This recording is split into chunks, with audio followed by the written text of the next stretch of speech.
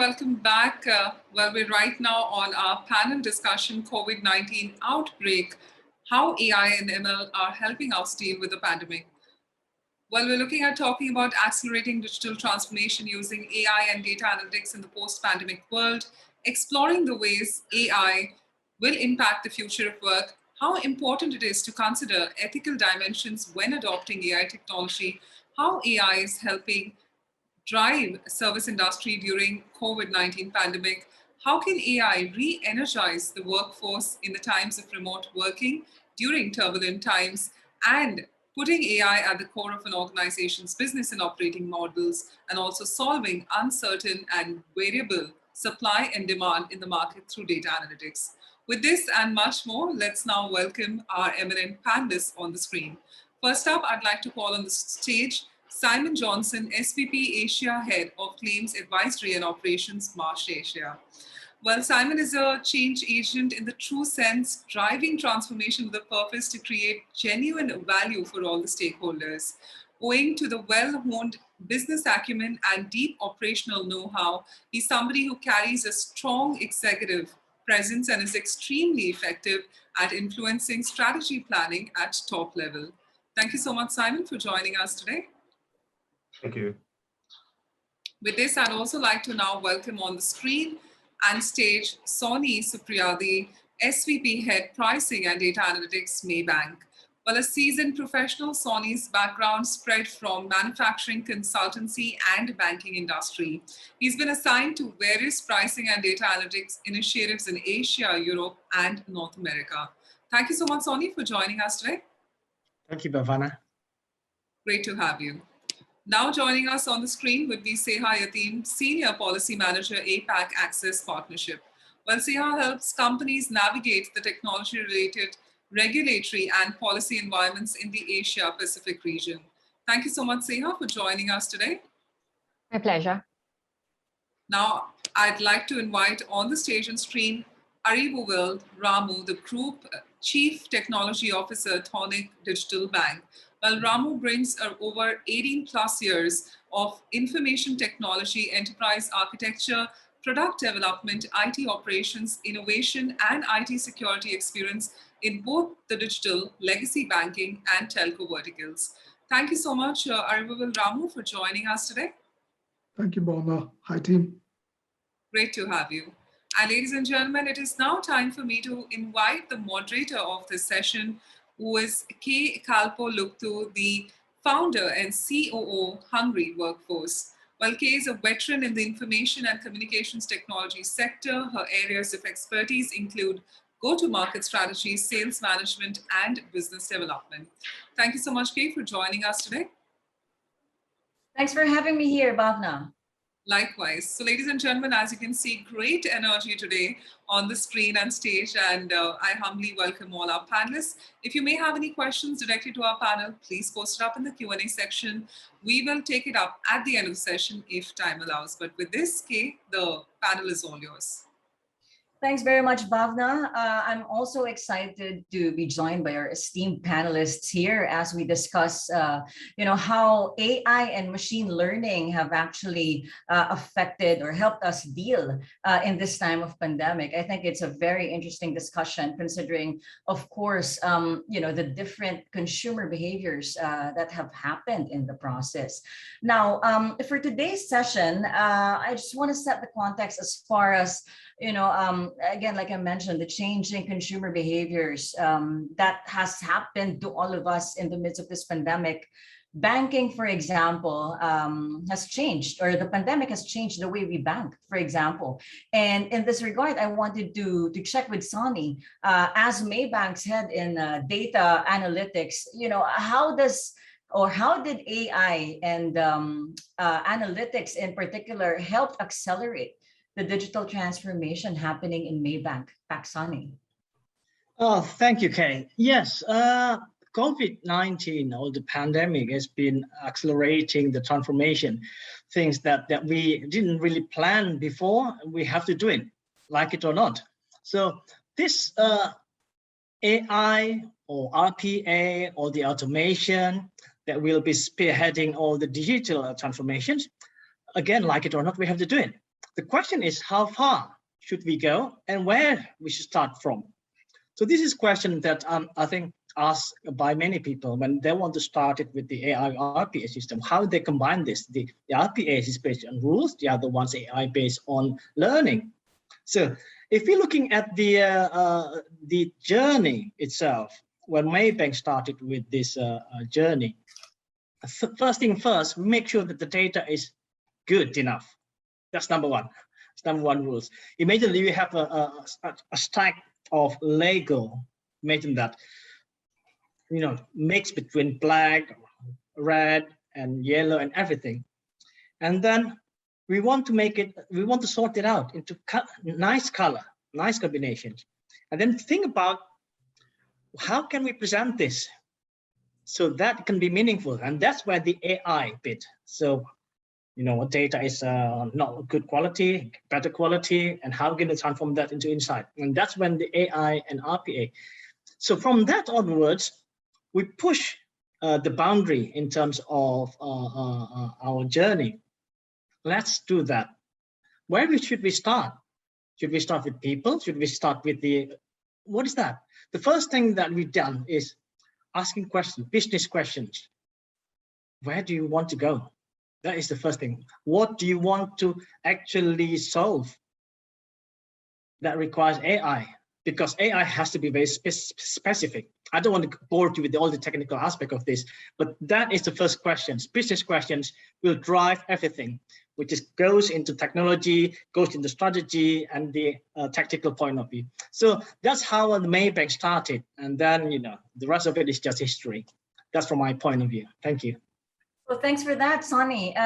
Interesting questions that, you know, a company must answer. It sounds like as if these are also existential questions. What do we want to do? Where do we go from here, right? And it's interesting that, of course, in knowing your customer, you must be able to create insights, identify patterns so that you can better serve your customers in the process. And, you know, on this note, I wanted to get the insights of Simon. Simon is with an insurance brokerage firm, Marsh Asia. And, you know, from a risk management standpoint, at this time of pandemic, you know, from your perspective, how has AI essentially also helped accelerate the digital transformation in your organization, Simon?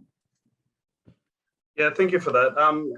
Sonny raised some good points. I think if we look at it, not necessarily what we want to do as a company post-pandemic, I think it's what we have to do as a company. I think the pandemic created an amazing time for us, which is one of the few good things to actually come out of this, is that it's forced us to accelerate. So these are things that we've wanted to do for years, and for some reason, something that took us 10 years to get to a planning phase can now suddenly be executed within 2 years. So it's amazing how necessity drives us to certain outcomes. But I think a big part of what we're doing is it's still the customer at the forefront of everything that we do. People don't talk in the same language that we talk about. So when we talk about big data and AI, and especially in insurance, not everybody uses the same terms that we do in insurance. So something that we found when we started using AI and started using automation was that when customers or clients were answering questions, it was nothing like the answers that we expected. For example, on a travel claim, we call it baggage in our policies, but customers call them trunks, they call them backpacks, they call them rucksacks. So as this is coming through into automation, a lot of it's getting stopped. So it's actually not going through. So what we had to do was start to drive customers into the answers that we wanted. So I think that was a big part of what we did, and it was about keeping that customer right at the front, and it gives us the opportunity to then create better outcomes down in the future. I think another big learning for us and something that's helping us quite a lot is when we get developers and people into the business that understand robotics, they don't necessarily understand the business. So it's getting robotics people to sit in a claims team and process claims, because as they look at these processes, they understand the robotic side as well. So they then look at it and say, well, we can automate this. We don't necessarily have that skill set already within our groups. So the problem that we found is when we brought developers in, they kind of sat away from the business. So the business had no ideas and the developers had no ideas. So bringing them much closer gave us a lot better outcome. So I think for us, it's given us an opportunity to grow for the future. I still think a lot of us are in our infancy. We've introduced it, which is absolutely amazing. And I think I really want to see us as an industry continue on this growth path. So even when we do go back to some sense of normality, I think we need to continue to drive this digital outcome. Yeah, thanks for that, Simon. Yeah, you mentioned, a better, as we, get out from this pandemic or more or less have a new or better normal, so to speak, all of us collectively will grow as organizations as we leverage on the available technologies we have in place. So on that note, you mentioned about the future and how AI and ML, RPA will affect this in the process. And Siha, from your perspective, from a policy making standpoint, how would these technologies actually affect the future of work? One contention, actually, especially from where I come from in Manila, Philippines, we have a lot of BPO business here, for example, right? And if there is the conversation is getting, louder, and as far as, will AI displace jobs or will it create more jobs, right? That's a strong contention here in this country where we employ a lot of, contact service agents and, the same kind of jobs as well. What's your perspective on that, Sia? Yeah, definitely.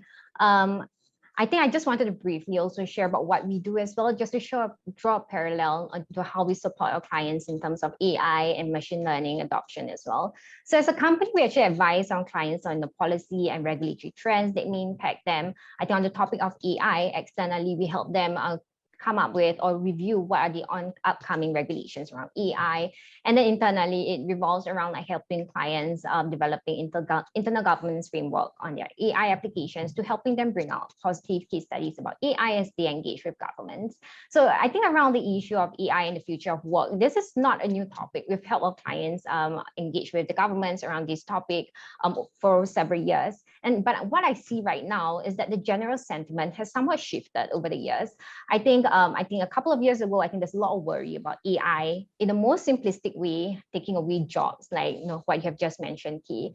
But I think there is a realization now that I think rather than taking away jobs, it will rather augment jobs. It will change how it's done. So it's not a complete takeaway of jobs. So if you're talking about the business process outsourcing, for example, there are applications, for example, that allow call center to add in accents for calls, especially if, for example, BPO market in Philippines is serving the Western markets, for example. So being able to, for example, tweak your voice actually allows the customer to have a more, an experience that they're more used to or they're more familiar with. And that actually supports the BPO industry within the Philippines, for example.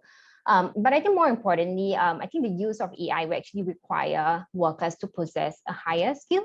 So it's really important for governments and even companies to think about ways to up-level the skills that your employees have.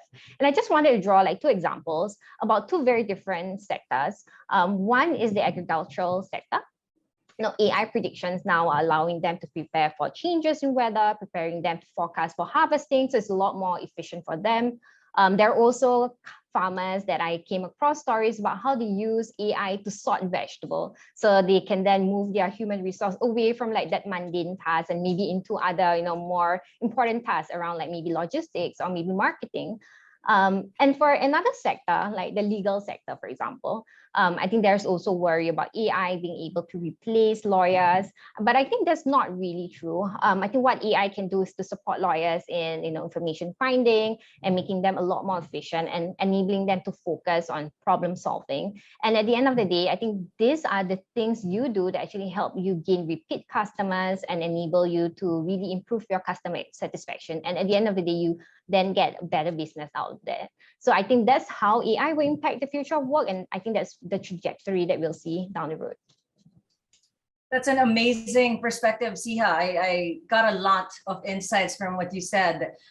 In fact, now that you mentioned it, using AI actually will not really displace jobs per se, but in fact augment. Right? It's a function of semantics and really working hand in hand with the technology that's available. And at this point in time, we really do have that technology in place which companies can leverage on, right? I also like the fact that you mentioned about agri-tech, how AI can help in agriculture. I mean, I'm sharing it, for example, like in my years in Singapore, where a lot of the products or most of the products are actually imported, right? Because there's no resource there. And also coming from the fact that I'm from Manila, and we have a lot of resource. And this AI, I just want to highlight that AI could actually help or allow companies to maximize the use of their resources by leveraging on that technology, right? You mentioned it very perfectly in terms of harvesting. When it comes to harvest, ensuring that the peak harvest can be done through the use of AI. So thank you for that. And moving on in this, how this technology is currently affecting our pandemic lives. I want to turn it over to Ramu. I wanted to get your thoughts on this. Ramu from Tonic, and Tonic is very new actually. It's very new. I'm quite familiar with it. A lot of us in Manila or in this country use it. I want to know more about Tonic. How are you guys using AI, machine learning in your organization? And in fact, the data that you obtain from users downloading the app, has it given you rich insights in terms of kind of crafting better customer experience in the process? Awesome. Thank you, Kay. Good question. Yeah, as you said, Tonic is the first neobank and first licensed private neobank in Philippines. And for new digital banks, even before even the pandemic comes, and we design our modern digital architecture with the key principles of artificial intelligence, machine learning, and RPAs, and multi-cloud, open APIs, and data into the key, key technology strategy part of the architecture. Today, I can say all my workloads are running over the cloud, and more than 80% of AI ML capability has been used. Let me step back and say why banks start like new banks we consider. Number one is looked at everything in a little different way, how we can serve the customer. Number one, it's a better personalized customer experience and differentiated engagement. Second, a fast decision making. A third, a cost reduction. If you want to really serve financial inclusion or underserved people, you need to reduce your operational cost. You need to reduce the capex, which you need to see how to automate the traditional financial processes to serve better. Example, when I'm looking at from AI perspective, how you mimic the human intensive work. For machine learning, how you predict decisions. Looking at RPA, how you automate the traditional human task into automated process. Then feed these all the three layer need a data, which means starting from customer behavior, product behavior, transaction behavior, all this data need to be feeded into the models so that the model can feed the data into this to take a better decision. But all this cannot be feasible at big scale. We have to start looking at it in this way. First, what is the problem we are trying to solve using artificial intelligence as a technology? So we start with what is the problem we are solving. Number one, in Philippines, for example, the KYC is a hell. Today, even for adding your payee, you need to go to the branch and fill the form to say, I want to transfer money from this bank to this bank. This is what I heard a couple of years back when I'm doing analysis. Don't remind me. Yes, that's very true. So if that way, think about someone living in one of the, not in Arbona, because 46% of are people living in urban area today, especially Cebu and Metro Manila. So your major, more than 90% of people in these two locations alone banked, and that's what we climbed so far. 46% of total populations are banked. But I'm worrying about the people who are living in island, people who are living in rural, people are in a fisherman's. They are still untouched because the banks are untouched. The reason is it's a high CAC. You don't have a time or money to build a big branch to reach out to them on board. So what we thought, all you need is a local SIM card and a mobile phone with the internet connection. That's all enough. I can give you the account. How you do possible? We try to look at the eKYC. Why don't you enter your mobile number? We'll send you the OTP. Ensure we detect this is a real human. Whether this real human look like Filipino. Is it the geolocation this coming from Philippines? Then take a couple of your personal data element, and I can give you real time. I'm opening up a saving account called the TSA Tonics saving account with the virtual debit card. This process, checking all the device digital footprints are not into fraud or hijacking. You are not using anti-money laundering or fraud or account hijacking where AML used.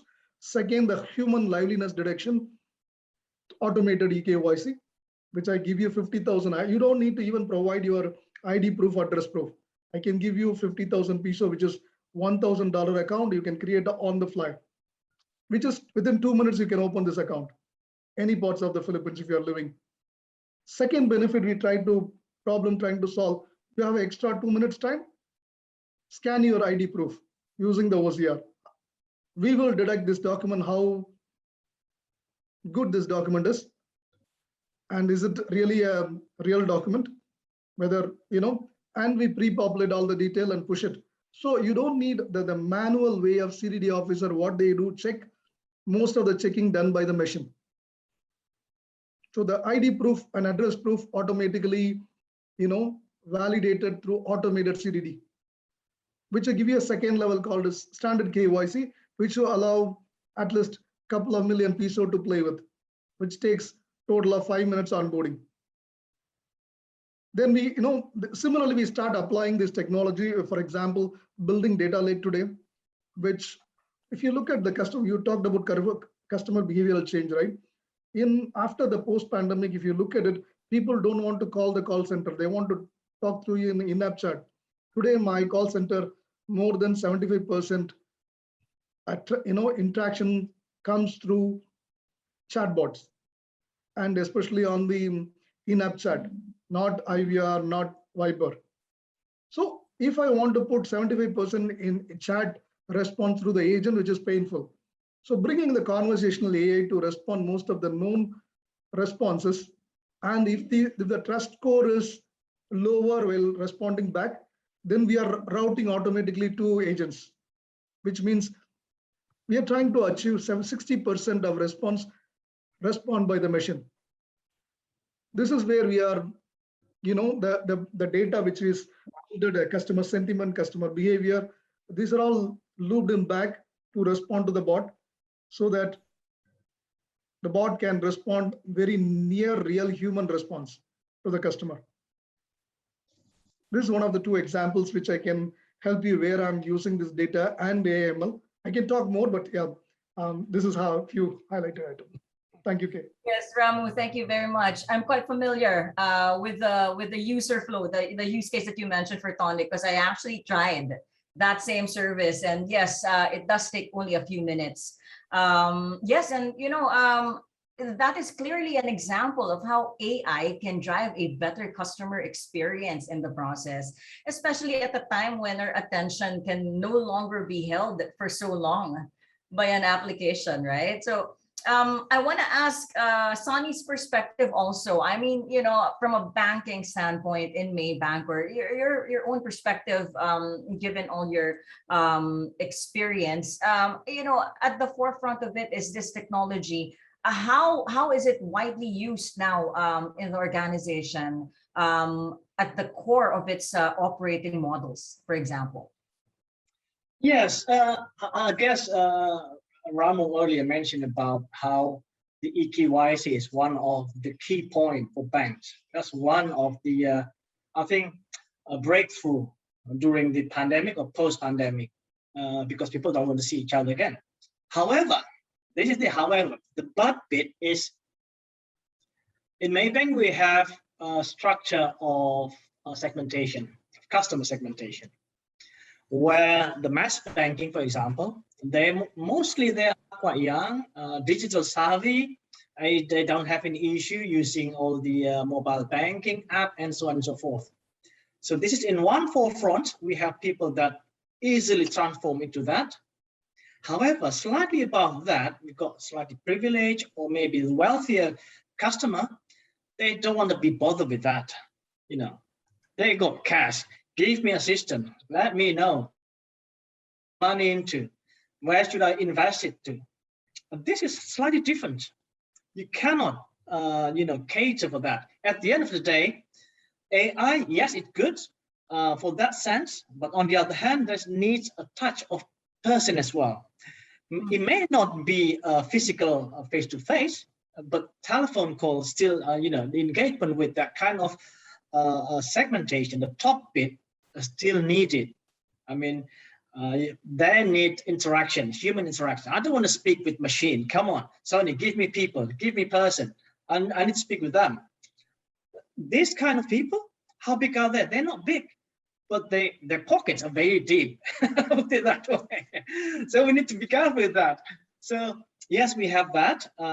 We need to cater differently between that type of AI that can cater for the mass and AI that cater for slightly a different segment. For those segments, where is the AI goes to?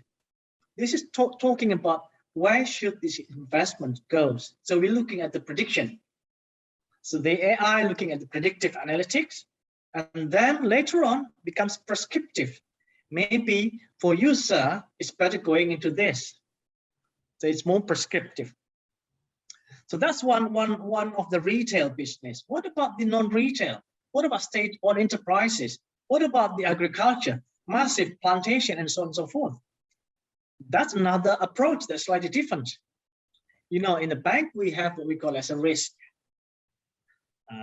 If you are talking about, I want to have loans on it. So actually, who are you? What business are you in? We want to know. Oh, I'm logging, or maybe I'm into I'm not logging. Logging is bad. Agriculture. Okay. What about this then? We have to explain them that is important for us to understand your business, so that we both of us can understand each other. For us to understand what is the risk, for them is to give assurance that we're going to give you something. We're going to help you, not just in terms of money, but also suggestion and consultation on terms of investment. So those are things that still are ongoing. So we separate between retail and non-retail. In the retail, we call it M2U, the application, and then M2E for enterprises is for corporate. So those kind of thing is still moving. And then some of this is done already, especially for the retail business. You can see it, you can get eKYC immediately, just like in Tonic, and then you can do immediately all the approval very quickly. So we shorten all the processing time compared with the previous before the pandemic. Thank you, Kay. Thanks, Ani. Yes, interesting. You mentioned we go back to, again, what are we trying to do here? What are we trying to solve? And I think that consciousness, defines a very strong baseline already on how we can utilize AI in the process. I liked it when you mentioned the different segments. You're right. It's not just the millennials, the Gen Z who are digital savvy, but also we are looking at possible like the retirees, the senior people who have deep pockets but would not want to use technology and still prefer, the human interaction, for example. And that is a market in itself. And it's important for organizations to actually consider that and utilize AI however which way it is applicable to that use case. So very good perspective. It makes you think of the different possibilities with this technology. And it also goes without saying that in utilizing this technology comes also possible risks, I guess. When we also do machine learning, the technology crunches so much data, and in the end, it may also be possible that information gets compromised. So I wanna ask Siha's perspective on this, as far as what about ethics, the ethical dimension on this kind of technology. What are the things that we need to be conscious and cautious of in terms of the information that's absolutely available everywhere? Definitely. Yeah, I think there's a lot of attention being paid to AI ethics. I think first and foremost, as a founder, as a service provider within a company, I think it's very important to ask yourself, really, what's your corporate value?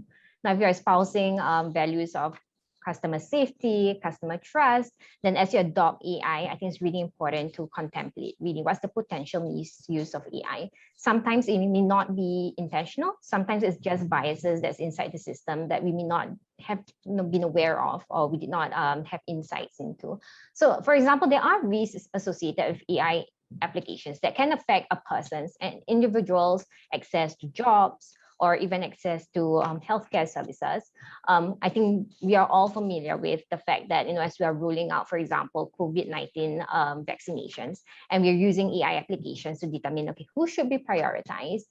And I think there are certain vulnerable populations that can be disproportionately get space, basically barriers to access to such vaccinations. So it's really important as we put in an AI application for such types of users to ensure that the algorithms do not use factors such like a person's personal characteristics or personal belief to determine something that is irrelevant as to whether somebody should be prioritized for vaccination.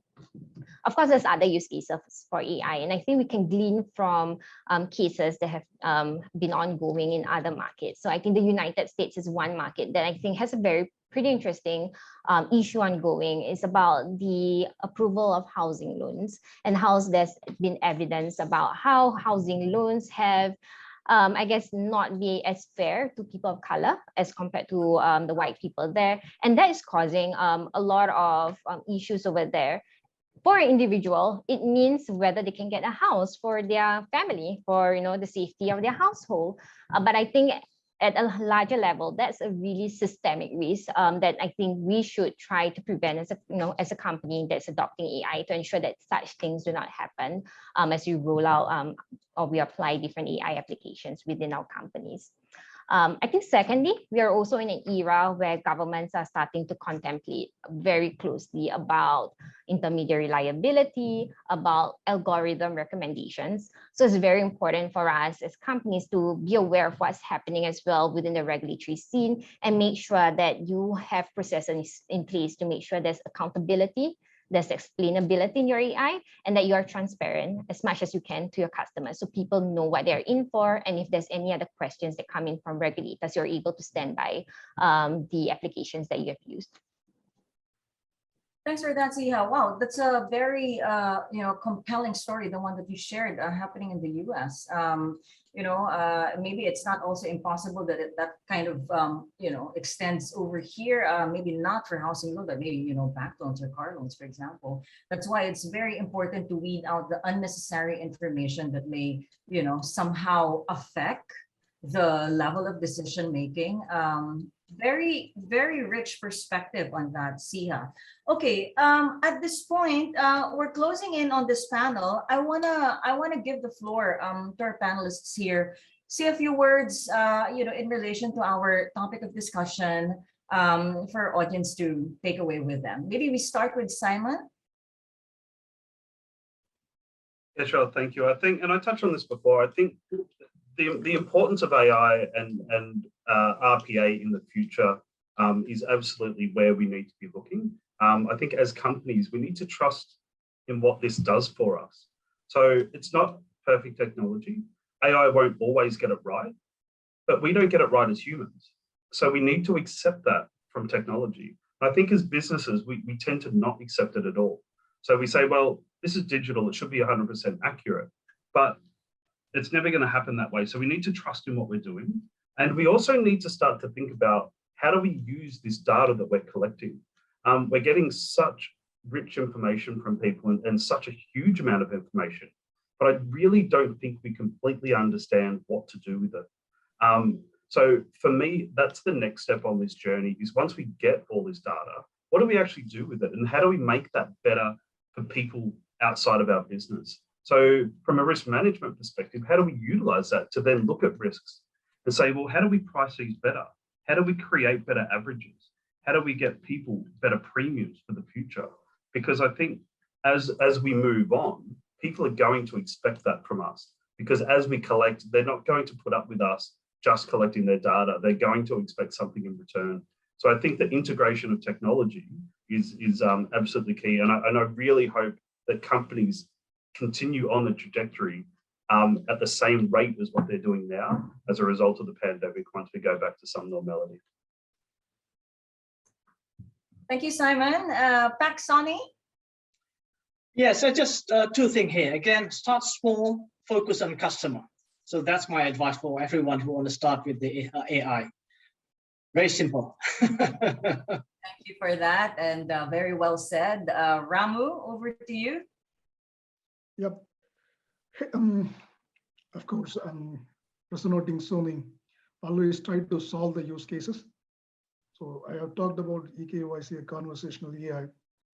Ensure you start looking at lending because alternate scoring is something important. Nobody having the real credit bureau data at this moment, last 2 years. Look at predictive fraud detection, predictive cybersecurity area. This is the AI coming up. Always try to integrate, start with your tech strategy of how to bring data, AML and RPA capability to serve the customer better and faster with the lowest cost. Then last advice, start small. Don't jump into you need to go into AI. Start something small, try to solve the use case, then you scale it. That's my request. Yes, thank you very much, Ramu. Small wins always win. Siha, any last words? Yeah, I think I would like to draw back on, I think what I raised about your corporate values. Really, what are you offering to your customers? This is really important. I think just drawing on what Simon said about the use of data as you're managing your customers' data. I think you need to ensure that you have processes in place that, to ensure their data is protected so that you can continue to have that trust from your customers. But I think more important is also to have a diverse group of people working on your AI applications and your AI adoptions to make sure that you eliminate any potential biases that may happen and protect your own brand as well. Thank you very much, Siha. Well, again, I'd like to say thank you to all of us, to our panelists here who joined us in today's discussion. I hope the audience has learned a thing or two here, as much as I did. So we will see you again next time. Again, this is Kay Kapulutu from Hungry Workhorse in Manila, Philippines, and good day, everyone. Well, thank you. Bye. Thank you. Good day, everyone. Thank you so much. Thank you, Kay, for moderating it. Thank you, Simon, Siha, Arulwal, Sonny, for being a part of this great discussion. Thank you once again.